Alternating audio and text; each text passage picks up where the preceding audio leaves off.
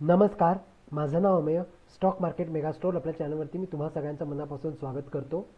तुम्हाला माझ्याकडून नवीन वर्षाच्या मनःपूर्वक शुभेच्छा. 2022 हे नवीन वर्ष तुमच्यासाठी भरभराटीचं, समृद्धीचं आणि तुम्हाला चांगलं आरोग्य देणारं राहावं अशी माझी काय म्हणतात त्याला देवाकडे प्रार्थना आहे.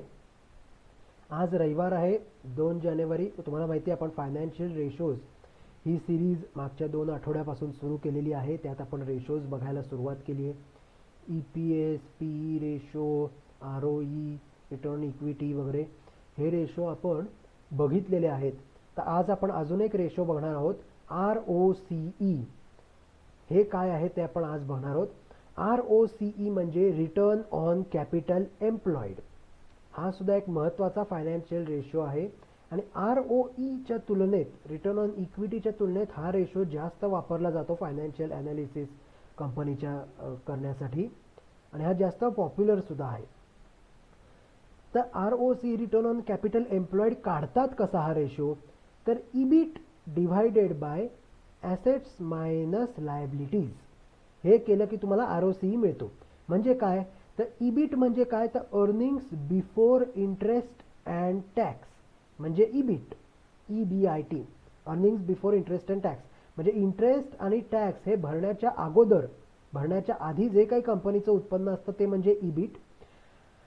त्याला डिव्हाइड करायचं कशाने, तर कंपनीचे ॲसेट्समधून करंट लायबिलिटीज ज्या आहेत त्या वजा करायच्या, मायनस करायच्या आणि ते जे उत्तर येईल त्या सबट्रॅक्शन झाल्यानंतर त्या उत्तरांनी EBIT जो आहे त्याला डिवाइड करायचं आणि जे येईल ते म्हणजे ROCE, return on capital employed. मी म्हटलं तसं कुठलेही फायनान्शियल रेशोज हे काढायला लागत नाहीत. तुम्ही अमुक अमुक कंपनीचा फायनान्शियल रेशो असं गुगलवरती टाका, फायनान्शियल रेशो ऑफ काय जे कंपनीचं नाव आहे ते, तुम्हाला सगळे फायनान्शियल रेशोज मिळतील. किंवा मनी कंट्रोल किंवा BSE, NSE अशा कुठल्याही वेबसाईटला तुम्ही जा, तुम्हाला कंपनीचे फायनान्शियल रेशोज डिटेलमध्ये मिळतील. फक्त कसं काढलं जातं ही जनरल माहिती मी आता सांगितली. आता रिटर्न ऑन कॅपिटल एम्प्लॉईड काय दाखवतं, तर it is a profitability ratio. कंपनीची प्रॉफिट कमवण्याची, उत्पन्न कमवण्याची क्षमता काय हे हा रेशो सांगतो. It shows how much capital a company has and how much returns a company gets from it. कंपनीने किती भांडवल घातलेलं आहे आणि त्या भांडवलातून कंपनीला किती उत्पन्न मिळतं आहे, किती रिटर्न्स मिळत आहेत हे बघण्यासाठी ROCE हा रेशोचा वापर केला जातो. One should also check the sector of the company and market capital. हे बघणं सुद्धा ह्या रेशो बरोबरच गरजेचं आहे. मी आधी पण सांगितलं, आत्ता पण सांगतो, ह्या रेशो फक्त एक रेशोचं कंपॅरिझन करून कंपनीचं काय म्हणतात त्याला ॲनालिसिस पूर्ण होत नाही. तुम्हाला अजून बरेच फॅक्टर्स बघावे लागतात. तसंच ROCE ह्या रेशो बरोबरच कंपनी कुठल्या सेक्टरमध्ये आहे आणि त्या सेक्टरला किती मागणी आहे, काय परिस्थिती आहे ते बघणं आणि त्या कंपनीचा साईज काय, म्हणजे कंपनी स्मॉल कॅप आहे का, म्हणजे स्मॉल कॅप म्हणजे काय, तर 5,000 करोडपेक्षाही कमी मार्केट कॅपिटल असलेली कंपनी, किंवा मिड कॅप आहे का, म्हणजे 5,000 ते 20,000 करोड रुपयाचं मार्केट कॅपच्या मध्ये आहे का, किंवा लार्ज कॅप म्हणजे 20,000 करोडपेक्षा जास्त मार्केट कॅपवाली. अशा याच्याने सुद्धा त्या ROCE मध्ये बदल होतो किंवा त्याचं अर्थ बदलतात. त्याच्यामुळे ते बघणंही गरजेचं आहे. In this ratio debt and equity both factors are considered. दोन्ही बघितलं जातं. करंट लायबिलिटीज म्हणजे काय आहे, तर डेट आहे आणि ॲसेट म्हणजे इक्विटी आहे.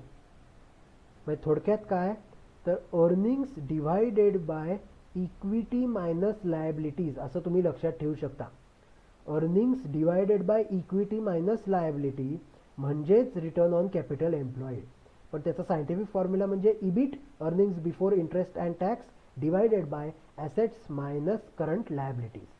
तर हे असं दोन्ही बघितलं जात असल्यामुळे इक्विटी आणि डेट, त्याच्यामुळे हा रेशो ROE किंवा PE ह्याच्यापेक्षा थोडा जास्त प्रमाणात वापरला जातो. आणि ROCE जर कंटिन्युअस वाढत चाललेला आहे 5 वर्षात, 10 वर्षाच्या डेटा तुम्ही बघितलाय कंपनीचा आणि वाढत चाललाय, तर म्हणजे कंपनीची आर्थिक परिस्थिती चांगली आहे आणि कंपनी जे काही भांडवल गुंतवते त्यातून कंपनीला चांगला फायदा मिळतो आहे असा त्याचा अर्थ होतो. आणि जर ROCE तुम्हाला कमी होताना दिसला तर म्हणजे कंपनीची फायनान्शियल परिस्थिती काही चांगली नाही, हे लक्षात घ्या. In this ratio 2 companies of same sector should be compared. हे तुम्ही कायम लक्षात ठेवा. की एकाच सेक्टरमधल्या 2 कंपन्यांचे ROC किंवा एकाच कंपनीचा 5 किंवा 10 वर्षाचा डेटा घेऊन ROCची वाढ कशी झाली आहे असं बघितलं जातं. 2 वेगवेगळ्या सेक्टरमधल्या कंपन्यांचं कंपॅरिझन केल्याने काहीही होणार नाही. तुम्हाला कुठली कंपनी चांगली हे कळणार नाही. आता आपण एक्झाम्पल बघूया ROCचं. 2 कंपन्या आहेत A आणि B.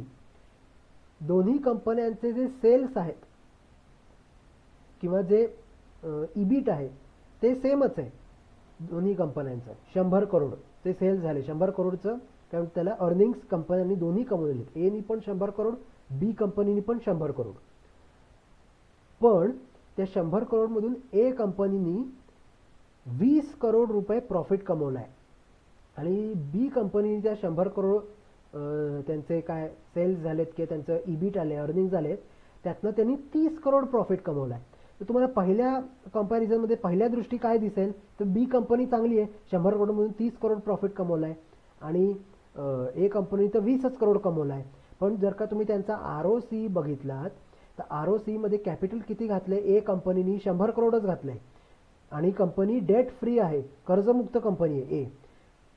B कंपनीचं काय आहे?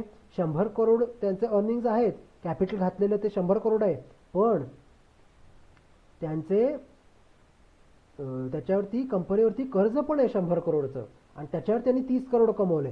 म्हणजे काय झालं तर कंपनीचं कॅपिटल B कंपनीचं दुप्पट झालं 200 करोड आणि त्याच्यावरती 30 करोड त्यांनी कमवले आणि हे 100 वरती 30 आणि डेट फ्री आहे आणि दोन्हीच्या प्रॉफिटमध्ये फक्त 10 कोटीचा फरक आहे.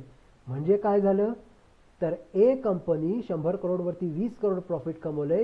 ही आर्थिकदृष्ट्या फायनान्शियल दृष्ट्या जास्त चांगली कंपनी आहे आणि असं ते कम्पेअर करून तुम्हाला गुंतवणूक करायसाठी कंपनी निवडायला मदत होईल. असं ROC बघितला जातो, रिटर्न ऑन कॅपिटल एम्प्लॉईड. तर ही होती ROC, return on capital employed ह्या रेशोची माहिती. आता हा रेशो साधारण किती असला पाहिजे तर ROE, रिटर्न ऑन इक्विटी आपण जेवढा बघितला ना म्हणजे 14-15%, तेवढाच हा रेशोही साधारण असला पाहिजे. 14-15% जर ROC असेल, रिटर्न ऑन कॅपिटल एम्प्लॉईड, तर तो चांगला रेशो आहे आणि कंपनीची फायनान्शियल कंडिशन चांगली आहे असं धरलं जातं.